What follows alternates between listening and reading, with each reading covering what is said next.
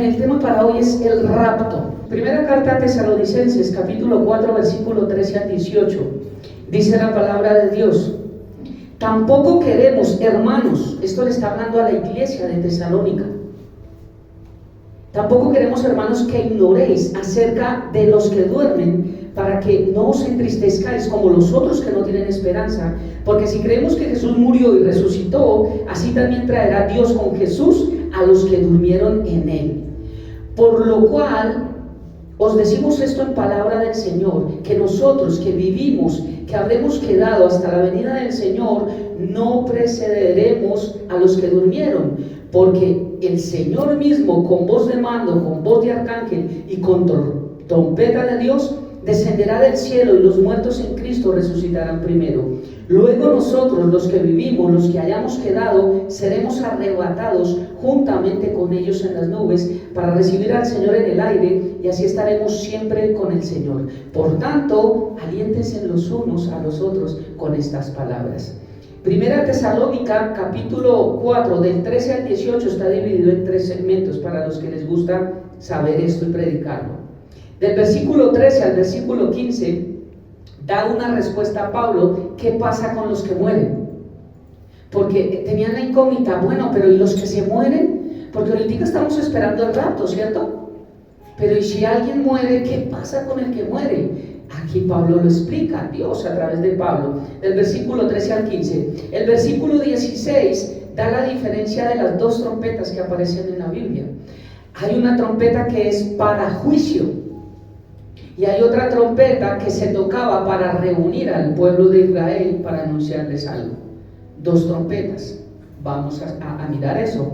Y en el versículo 17 nos muestra de cómo será el evento del arrebatamiento de la iglesia. 3 cosas diferentes en estos cortos versículos. Entonces entremos en ella. Dice: tampoco queremos, hermanos, que ignoren. O sea, Dios no quiere que ignoremos que hay un rapto. No quiero que lo ignoren. Si Dios no quiere que lo ignoren, quiere decir que el mundo lo ignora. Acerca de los que duermen. Recuerda que lo que duerme es el cuerpo, no el alma ni el espíritu. Para que no os entristezcáis como los otros. ¿Quiénes son los otros? Los no creyentes, que no tienen esperanza. ¿Sabe cómo llama Dios cada vez que habla del rapto que va a venir por su iglesia desde el Antiguo Testamento, que era un misterio? Bendita esperanza, lo llama. Y ellos siempre dicen bendita esperanza. Es la esperanza. Recuerden que fe tiene que ver con el hoy, pero también el mañana. Entonces es fe para hoy, pero también tengo la esperanza que vendrá eso a mi vida. Porque hay oraciones que son ya, pero hay oraciones que tendrás que esperar. Entonces la fe es para hoy, pero también para el mañana. No sé cuál es el tiempo. Entonces miremos la primera parte acerca de qué pasa con el cuerpo. Esta semana voy a hablar en los devocionales de la diferencia entre el espíritu, el alma y el cuerpo. Son los devocionales para esta semana. ¿Por qué? Porque recuerden que les estoy debiendo cómo Dios habla a nuestro espíritu. Entonces quiero un poco irlos entrenando en los devocionales para que cuando les enseñe la cojan más rápido y aprendamos a escuchar la voz a través de nuestro espíritu. Voy a hablar acerca de la diferencia de los 3. El espíritu es salvo, es renovado, es cambiado, es nuevo. Estamos sentados a la diestra de Dios Padre hoy en día en lugares celestiales juntamente con Cristo Jesús, pero nuestra alma y nuestro cuerpo no. Nuestra alma tiene que ser renovada, cambiada. Romanos capítulo 12. ¿Y el cuerpo qué pasa? Primera Tesalonicenses 5:23. Tenemos que guardarlo, cuerpo, alma y espíritu, para los que dicen que lo que importa es lo que hay en el corazón. Díganle eso a Jesús, que el Señor dice: y el mismo Dios de paz os santifique por completo, y todo vuestro ser, espíritu, alma y cuerpo sea guardado irreprensible para la venida de Jesucristo. O sea que de este cuerpecito también Dios va a pedir cuentas. Entonces, lo primero, la diferencia entre el espíritu, el alma y el cuerpo. Quiero un poquito, porque no puedo explicar mucho, pero en los devocionales va a estar más explícito esto. Los que duermen, ¿qué significa esta palabra? Los que mueren. Recuerden que muerte es separación. Cuando una persona muere, se separa el cuerpo del espíritu y el alma. Se separa, eso es muerte. ¿Qué fue lo que pasó en el huerto del Edén? Él dijo, es pura paja que no van a morir. Sí murieron. Ellos creyeron que muerte era porque el cuerpito todavía estaba ahí. No, se separaron espiritualmente de Dios. Hubo separación, hubo muerte espiritual, no muerte física. Entonces mueren, se separa su cuerpo, pero el alma y el espíritu no duermen, ellos no mueren. Al morir directamente el hombre va al cielo o al infierno. ¿Dónde está la diferencia de estas dos cosas? En Génesis capítulo 35, versículo 18 nos habla acerca del alma. Vamos a mirar acá.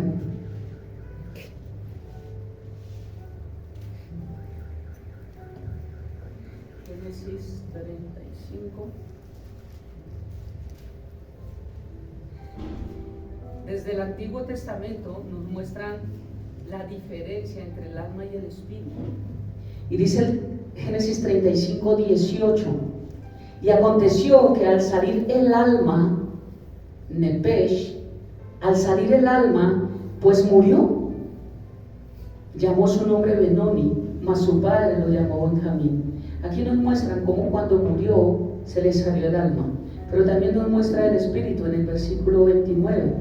Dice, y exhaló Isaac el espíritu, en minúscula, y murió, y fue recogido a su pueblo viejo y lleno de días, y lo sepultaron Esaú y Jacob sus hijos. Espíritu, ruach, dos palabras totalmente diferentes. También hay gente que confunde el espíritu con el alma y creen que es lo mismo.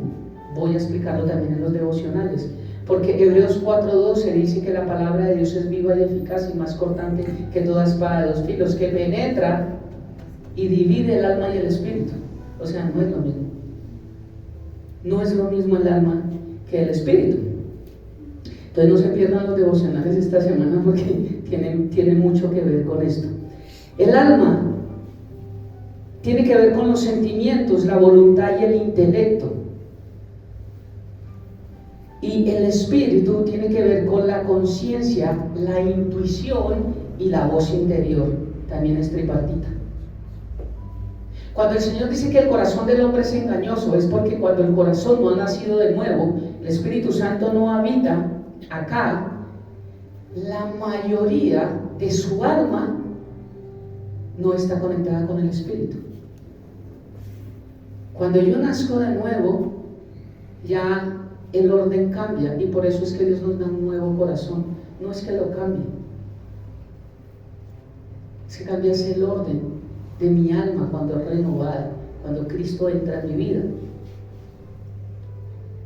Entonces, ¿cómo será nuestro cuerpo? Filipenses capítulo 3, versículo 20 al 21 dice, mas nuestra ciudadanía está en los cielos, de donde también esperamos al Salvador, al Señor Jesucristo, el cual transformará el cuerpo de la humillación nuestra para que sea semejante al cuerpo de la gloria suya. ¿Cuál es el cuerpo de la gloria de Él? Sabemos que Jesús resucitó y Él traspasó la pared. O sea, aquí nos movemos en la cuarta dimensión. Ahí está la cuarta dimensión. En el cielo eso no existe. Esa cosa no existe. Entonces tendremos el cuerpo que Cristo tuvo. Es increíble cómo la Biblia nos deja ver todo. Porque Jesús comió. ¿Comeremos en el cielo? Sí. Pero es que no enfermamos, no nos vamos a morir. No importa, Jesús nos iba a morir y les hizo pescado con miel, les hizo asado. Entonces vamos a comer. Y dice Apocalipsis capítulo 22 que de ahí hay un río en el cual fluyen 12 árboles, el cual cada uno produce alimento. O sea que sí hay comilona. Imagínate, nosotros no necesitamos comer y Dios va a dar cosas buenas a nosotros. Dios es muy bueno. Todas las cosas que tiene para nosotros. Apocalipsis capítulo 6, versículo 9 dice que Juan vio ver las almas de los muertos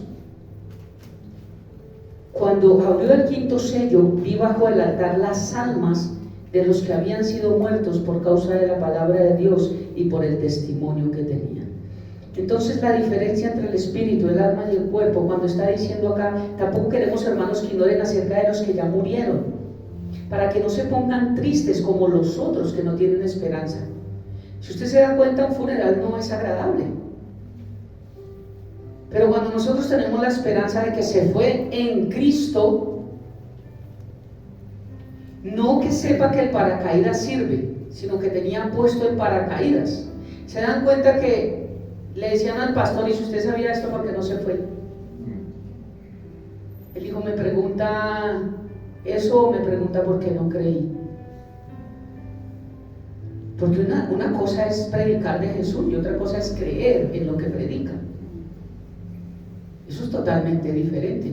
Y el Señor no viene por los que creen que el paracaídas sirve cuando se boten. Entonces, cuando estén en el avión y van a decir: ¿tú crees en el paracaídas? Sí, bótese. Es que no lo traje, pero usted me dijo que creía. ¡Pum! Porque todo el mundo cree en Jesús. Todo el mundo. Católicos, el Islam lo cree que es un buen profeta. Todos creen en Jesucristo, pero no creen que es el único camino, la verdad y la vida. No creen que es el único mediador entre Dios y los hombres, Jesucristo el justo. No creen que es el único nombre, Hechos 4:18, por el cual hay salvación dado aquí en la tierra, Jesucristo. Hay tantos versículos que yo no entiendo si es que no los leen, porque tienen cantidad de doctrinas y es triste. A mí me da tristeza eso. Recuerden que yo estoy para atacar es la doctrina, no a la persona, porque hay gente linda de todas las religiones, pero tristemente pues mal adoctrinados, y por eso es por lo que uno tiene que orar. Entonces hay un poco la diferencia entre espíritu, alma y cuerpo. Los devocionales nos lo van a explicar más. Ahora el versículo dice el 14: porque si creemos que Jesús murió y resucitó, ¿qué es lo que dice Romanos capítulo 10, versículos 9 y 10? Que si confesamos con nuestra boca que Jesús es el Señor y creemos con nuestro corazón que Dios lo levantó de los muertos, ¿sí ve que es lo mismo? Porque hay gente que cree que Jesús vino pero no resucitó. Entonces, ¿de qué le sirve creer en Jesús si lo que a nosotros nos da vida eterna es la resurrección? Porque la resurrección es la que le quitó la autoridad a Satanás. Entonces no es solamente creer en Jesús, sino creer como dice la palabra. Porque si creemos que Jesús murió y resucitó, así también traerá Dios con Jesús a los que durmieron en Él, a los que murieron en Él. No dice a todos los que murieron. Segunda carta a los Corintios capítulo 5, 17. De modo que si alguno está en Cristo, no que de modo que si alguno cree en Cristo, sino de modo que si alguno está en Cristo. Esta palabra en Cristo es la que más aparece en el Nuevo Testamento, porque habla de nuestra posición en Cristo. En Cristo. Versículo 15: por lo cual decimos esto en palabras del Señor reveladas, que nosotros los que vivimos, que habremos quedado hasta la venida del Señor, no precederemos a los que durmieron. Dios es un Dios de orden. Entonces, cuando Jesús venga, no coge primero a los que estamos vivos. Dice: primero ustedes tuvieron más tiempo por esperarme y creyeron. Acá. Ellos son los primeros que resucitan. ¿Qué resucita? El cuerpo. Porque el alma y el espíritu están con Jesús en este momento, pero no han recibido cuerpos glorificados hasta que sea el tiempo de la venida de Jesús, del rapto de la iglesia. Entonces, ¿qué es lo que resucita? El cuerpo. Dice: porque el Señor mismo, mira, ahorita les doy más diferencias de las que le di el domingo entre el rapto y entre la segunda venida. El Señor mismo, con voz de mando, con voz de arcángel y con voz de trompeta, el Señor mismo es el que va a anunciar que viene por su iglesia. En cambio, en la segunda venida, un ángel toca la trompeta y anuncia la venida de Jesucristo con nosotros los santos. Es totalmente diferente. Con voz de trompeta de Dios descenderá del cielo y los muertos en Cristo resucitarán primero. Entonces hay dos tipos de trompetas, como lo dije ahorita. Voy a hablarles acerca de la trompeta del juicio, que se encuentra en Apocalipsis. Y dice Apocalipsis capítulo 8, versículo 1 y 2, preludio de las 7 trompetas. Cuando abrió el séptimo sello y se hizo silencio en el cielo, como por media hora, y vi a los 7 ángeles que estaban en pie ante Dios y se les dieron 7 trompetas. ¿Saben por qué hay silencio en el cielo? Por lo que viene. Se desatan los juicios de Dios aquí en la tierra. Imagínense para que haya silencio en el cielo. Es increíble. Y empieza a hablar acerca de las 7 trompetas. Apocalipsis capítulo 8, versículo 7. El primer ángel tocó la trompeta y hubo granizo y fuego mezclados con sangre que fueron lanzados sobre la tierra, y la tercera parte de los árboles se quemó, y se quemó toda la hierba verde. Esto va a influir en el oxígeno, en los alimentos, en cantidad de cosas. Apocalipsis capítulo 8, versículo 8. El segundo ángel tocó la trompeta y como una gran montaña ardiendo en fuego, dice que es un meteoro, fue precipitado en el mar, y la tercera parte del mar se convirtió en sangre. Esto va a pasar dentro de la gran tribulación. Apocalipsis capítulo 8, versículo 10. El tercer ángel tocó la trompeta y cayó del cielo una gran estrella. Este nombre, gran estrella, es un ángel caído, un principado, ardiendo como una antorcha, y cayó sobre la tercera parte de los ríos y sobre las fuentes de las aguas. Dice más adelante cuando leemos que su nombre de la estrella es ajenjo, significa amargo. Es un ángel caído que envenena las aguas, y mucha gente al tomar de esta agua será envenenada. Esto es dentro de este periodo. Apocalipsis capítulo 8, versículo 12.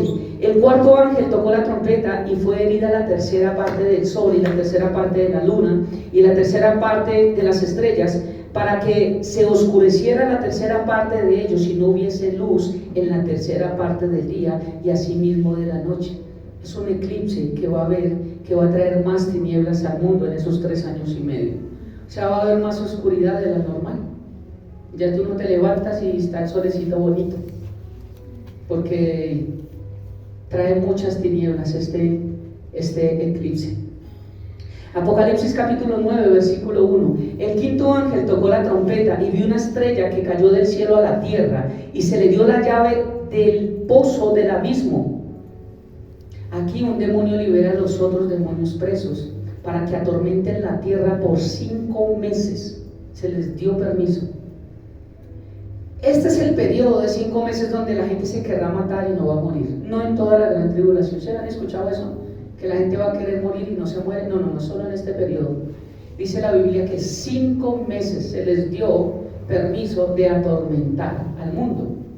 Y aquí querrán morirse de lo terrible que va a venir, y no van a hallar la muerte.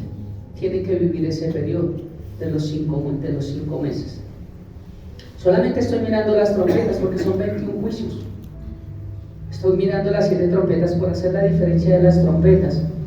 Apocalipsis capítulo 9, versículo 13. El sexto ángel tocó la trompeta y oí una voz de entre los 4 cuernos del altar de oro que estaba delante de Dios. Este desata 4 principados que están en el río Éufrates, y matarán a la tercera parte de los hombres que hayan hasta ese momento. Aquí ya empieza a haber muerte. Apocalipsis capítulo 11, versículo 15. El séptimo ángel tocó la trompeta y hubo grandes voces en el cielo que decían: los reinos del mundo han venido a ser nuestro Señor y de Jesucristo, y Él reinará por los siglos de los siglos. Este último trompeta anuncia la consumación del reinado de Dios, de Telestai. Lo mismo que dijo en la cruz: completado, terminado, realizado por completo. Estas son las trompetas que anuncian juicio. No son las trompetas que Jesús va a anunciar con voz de trompeta. Entonces, ¿cuál es la que Dios va a anunciar? Esta es la que señala el momento en el que el pueblo debía salir del campamento para reunirse con Dios. Será una trompeta de liberación definitiva. Algo que viene a mi mente, que lo estudié después, no lo tenía acá, pero me acordé. Lo que ellos utilizan es el shofar, y eso es sacado obviamente de los cuernos del carnero. Pero resulta que este cuero de carnero tiene que pasar por un proceso, y esos cuernos traen una carnecita por dentro que ellos tienen que empezar a purificar y limpiarla para que el sonido sea limpio. Y es lo que Dios habla cuando anuncia juicio o cuando anuncia una reunión hacia su pueblo, que tenemos que limpiar la carne. Ese es el proceso de purificación, negarnos a nosotros mismos, morir a la carne. Tiene que ver también con lo del shofar, es algo bien bonito. Entonces en Éxodo capítulo 19, 16 al 19 nos muestra esto.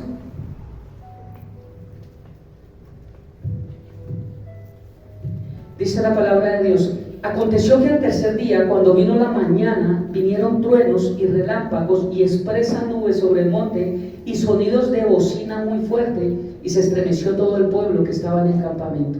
Y Moisés sacó del campamento al pueblo para recibir a Dios, y se detuvieron al pie del monte. Todo el monte Sinaí humeaba, porque Jehová había descendido sobre el fuego, y el humo subía como el humo de un horno, y todo el monte se estremecía a gran manera. Es lo mismo que encuentran más adelante, cuando el Señor los reúne, en el capítulo 20, del versículo 18 al 21. El Señor los reúne, pero ellos de miedo le dicen: hable usted con Dios, no sea que de pronto a nosotros nos castigue. Entonces Moisés sube al monte y Dios habla con Moisés para que a través de Moisés hable al pueblo. Pero eso no sucede hoy en día, porque hoy en día los que hemos nacido de nuevo, Dios habla directamente a nuestro corazón. Pero ven la diferencia de la trompeta. Ahora 2 versículos más, hay más, pero Zacarías capítulo 9 versículo 14 dice: y Jehová será visto sobre ellos, y su dardo saldrá como relámpago, y Jehová el Señor tocará trompeta, e irá entre torbellinos del austro. Austro es un desierto del sur. Zacarías capítulo 9 versículo 16 dice: y los salvará en aquel día Jehová su Dios, como rebaño de su pueblo, porque como piedras de diadema serán enaltecidos en su tierra. Esa es la trompeta que él tocaba, ¿sí ven? Para llamar a su pueblo, para reunirlos, para hacer una reunión.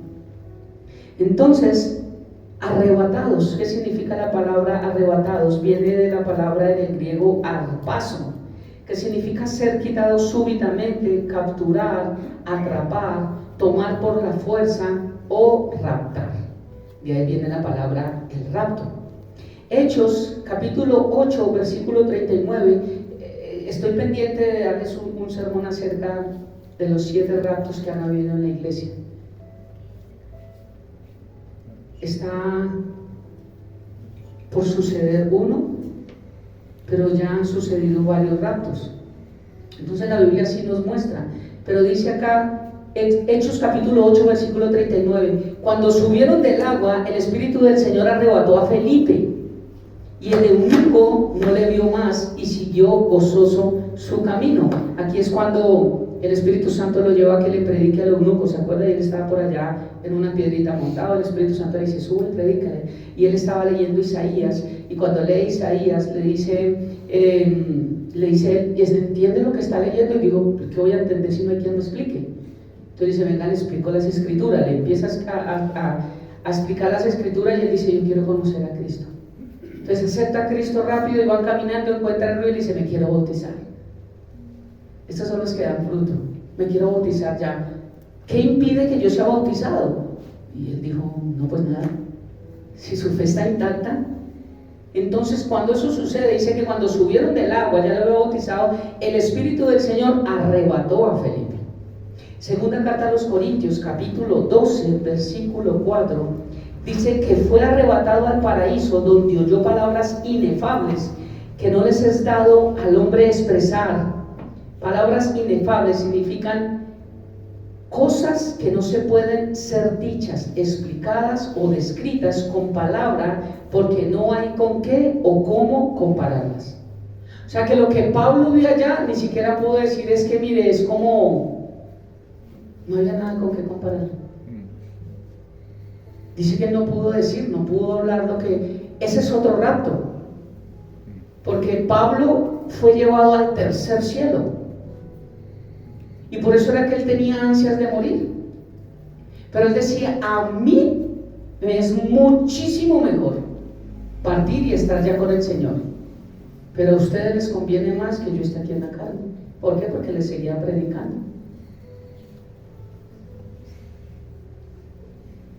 Tras la resurrección de los muertos en Cristo, el espíritu de cada uno de ellos que ya estaba con el Señor desde que partieron, esto lo dice segunda carta a los Corintios capítulo 5 versículo 8, pero confiamos y más quisiéramos estar ausentes del cuerpo y presentes al Señor. ¿Sí te das cuenta que cuando uno muere está directamente con el Señor? El que está en Cristo, el que ha aceptado a Cristo, el que cree que Cristo es la única puerta para tener vida eterna, el que cree que Jesucristo tiene la solución para todo en nuestra vida, es para ese. Filipenses capítulo 1, 23-24, dijo Pablo, porque de ambas cosas estoy puesto en estrecho, teniendo deseo de partir y estar con Cristo, lo cual es muchísimo mejor. ¿Qué iba a partir y estar con Cristo si uno se muere y se queda el cuerpo acá?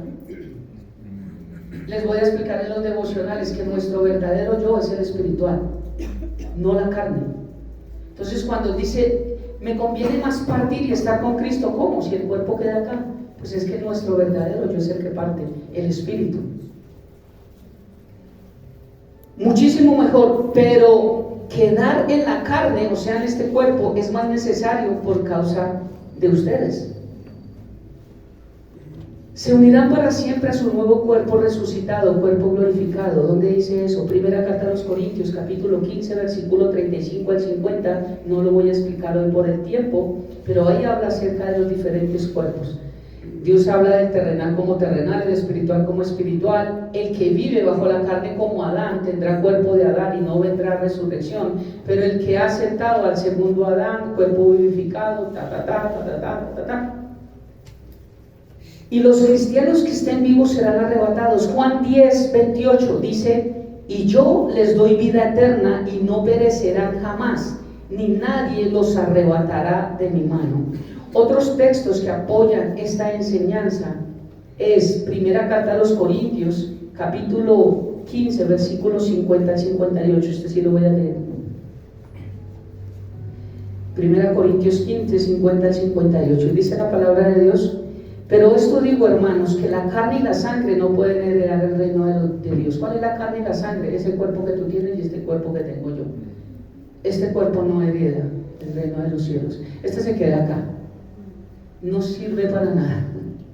Por eso Dios tiene que transformar nuestros cuerpos. Cuando Moisés decía, Señor, quiero ver tu gloria, no puede porque su cuerpo no va a aguantar mi gloria. Entonces le digo, solamente volteé, yo voy a pasar por el lado suyo para que pueda sentir que sí le estoy hablando yo.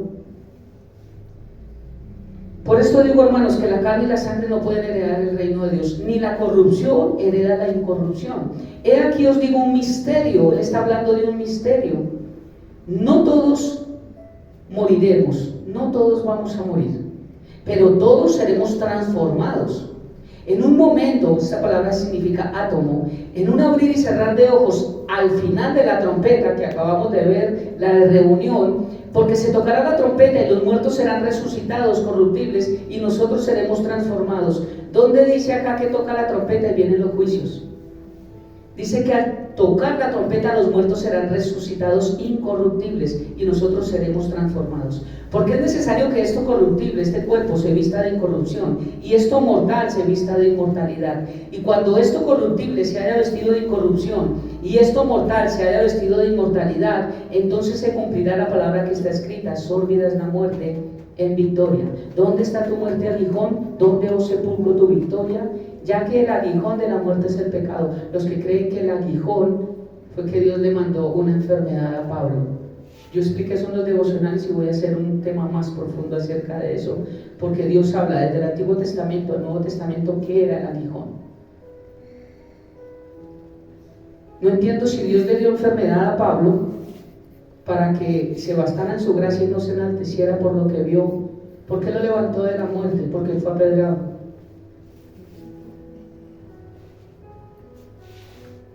¿Por qué lo sacó de náufragos? Porque cuando iban a perecer en los viajes que empezó a tener misioneros, el Señor le dijo: no tema porque ninguno va a morir.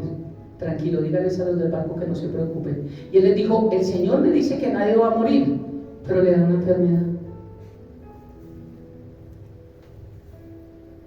Yo no entiendo.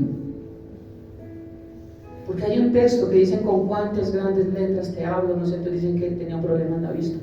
Y no entienden por qué es ese texto bíblico. Después los explico con más calma. Ya que el aguijón de la muerte es el pecado y el poder del pecado la ley. Mas gracias sean dadas a Dios que nos da la victoria por medio de nuestro Señor Jesucristo. Así que, hermanos míos, estad firmes y constantes, creciendo en la obra del Señor siempre. ¿Cómo debemos estar? Creciendo. Estar en una vigilia es crecer. Creciendo en la obra del Señor siempre, sabiendo que vuestro trabajo en el Señor no es en vano. No es en vano para nadie. Un misterio: no todos moriremos. Para este evento, una verdad encubierta en el pasado y revelada en el Nuevo Testamento. Primera carta a los Corintios, capítulo 2, versículo 7, dice: mas hablamos sabiduría de Dios en misterio, la sabiduría oculta, la cual Dios predestinó antes de los siglos para nuestra gloria. El Antiguo Testamento no entendía esto. El Nuevo Testamento sí. ¿Cómo? Porque dice que nosotros tenemos la mente de Cristo. ¿Cuál es la mente de Cristo? El Espíritu Santo habitando en nosotros, que nos revela la palabra de Dios. Todo el que ha nacido de nuevo, por eso entiende estas cosas. Dice que el hombre natural no las entiende, las juzga, pero el espiritual no es juzgado por nadie. Efesios capítulo 3, versículo 4 y 5 dice: leyendo lo cual podéis entender cuál sea mi conocimiento en el misterio de Cristo, misterio que en otras generaciones no se daría a conocer a los hijos de los hombres, como ahora es revelado a sus santos apóstoles y profetas. ¿Por quién? Por el Espíritu. ¿Son los apóstoles y los profetas los que revelan? No, es el Espíritu. ¿Es el pastor el que sana? No, es el Espíritu Santo. ¿Se dan cuenta? Ojo que yo les he dicho con la pastoritis. A mí no me gusta la pastoritis. Obviamente, honra al que honra, pero no pastoritis, porque la pastoritis no es buena, y la pastoritis saca jesusitis del corazoncitis, correctitis, y pone a pastoritis y ahí se quedan fritos. Nunca hay que poner al pastor donde no es. Tiene que poner a Cristo en el lugar que es, porque todo viene es de Dios. Juan capítulo 14, versículo 1 al 3 es otro texto que nos habla acerca del arrebatamiento. Es el primer texto que le habla al Antiguo Testamento acerca del arrebatamiento. Dice: no se turbe vuestro corazón, creéis en Dios, creed también en mí. En la casa de mi Padre muchas moradas hay. Como la gente le gusta coger versículos y sacarlos del contexto, entonces quiere decir que hay que pegarle a las mujeres, porque muchas moradas hay. Pues si usted no le pega a su mujer, no va para el cielo. Como dicen que las mujeres devotas van para el cielo. Entonces no le ponen ni tacón ni chanclas porque tienen que andar con botas. Ojo con eso, cogen un versículo y frito el pollo. En la casa de mi Padre muchas moradas hay, no golpeadas, muchas habitaciones hay. Si así no fuera, dice Jesús, yo no os lo hubiera dicho. Voy pues a preparar lugar para vosotros. Y si me fuere y os preparare el lugar, vendré otra vez y os tomaré a mí mismo, para que donde yo estoy, vosotros también estéis. Si el rapto y la segunda venida fuera un solo episodio, Jesús vendría donde nosotros estamos. Pero Él dijo: yo voy para llevaros donde yo estoy. ¿Sí se dan cuenta? Es totalmente diferente. No se puede sacar una doctrina de un solo texto. Por eso les estoy dando 4 textos hoy acá. Y hay muchos más, pero en una hora yo no puedo explicar todo eso. Cuando hay un texto que apoya a otro, es válido.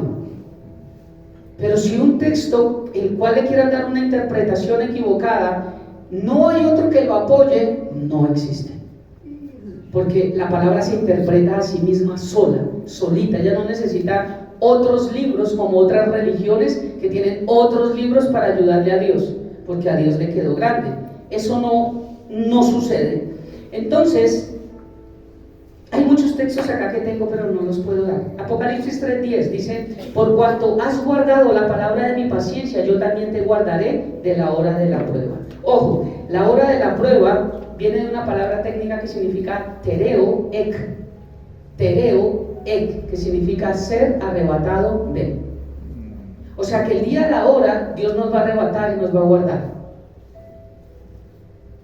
De la hora de la prueba, no dice en la hora de la prueba, sino de. No nos va a guardar en medio, sino de ella, de la hora de la prueba, que ha de venir sobre el mundo. Tú y yo no somos del mundo, ¿sí o no? Por eso la gran tribulación no es para nosotros. Para probar a los que moran sobre la tierra, nos damos cuenta que hay una gran diferencia entre el arrebatamiento y la segunda venida, ya que en la primera no se mencionan juicios, nunca. Solo se menciona una buena esperanza a nuestra vida. Y en el segundo sí se mencionan muchos juicios. Voy a dar las diferencias para concluir con este tema. Y en la segunda enseñanza quiero explicarles cosas que van a pasar, cosas que van a suceder, si los niños se van, qué pasa con las que están embarazadas, todas estas cosas.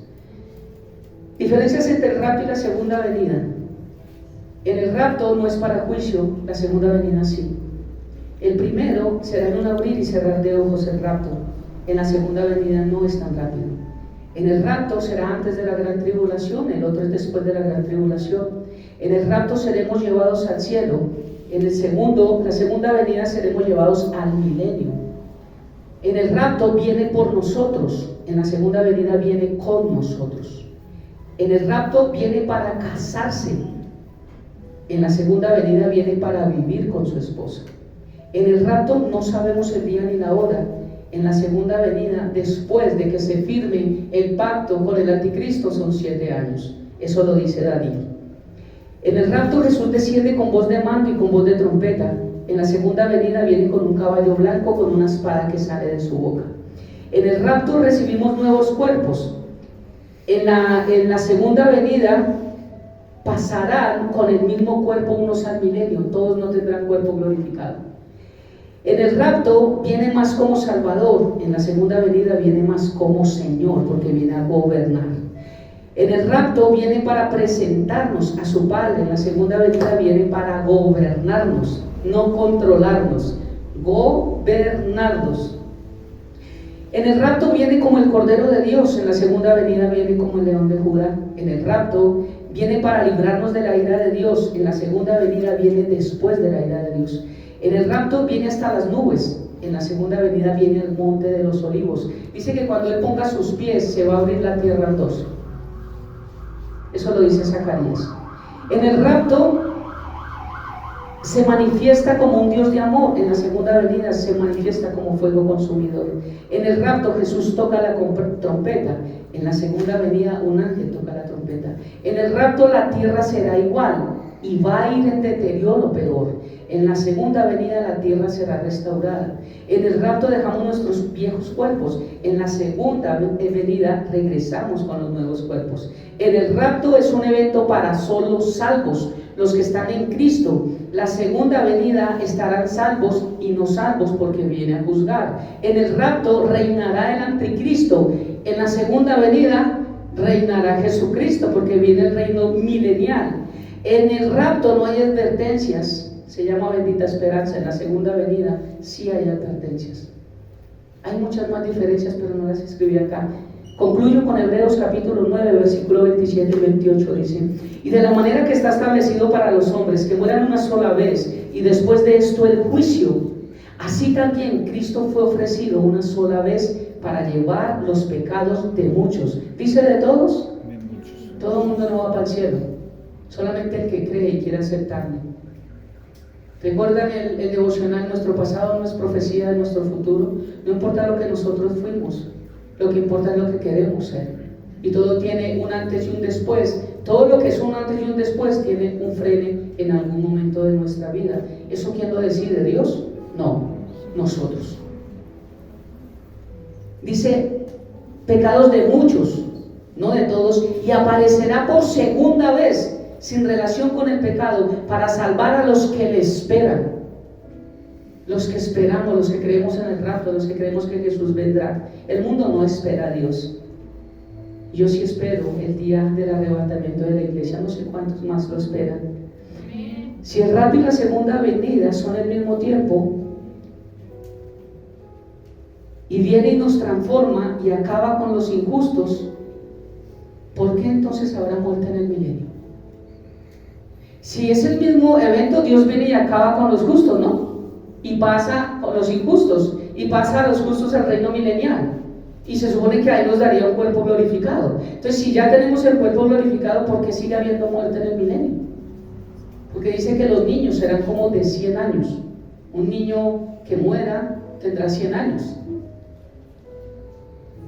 Entonces habrá muerte en el milenio. Entonces no es el mismo evento. Jesús no dijo que viene para estar donde nosotros estamos. Dijo que viene para llevarnos a donde está Él, en el cielo. Por eso el rapto debe ser algo que nosotros nos anima para vivir diferente. Quiero invitarles a los de la alabanza para que vayan pasando. Vamos a tener un tiempo para despertarnos. Amén.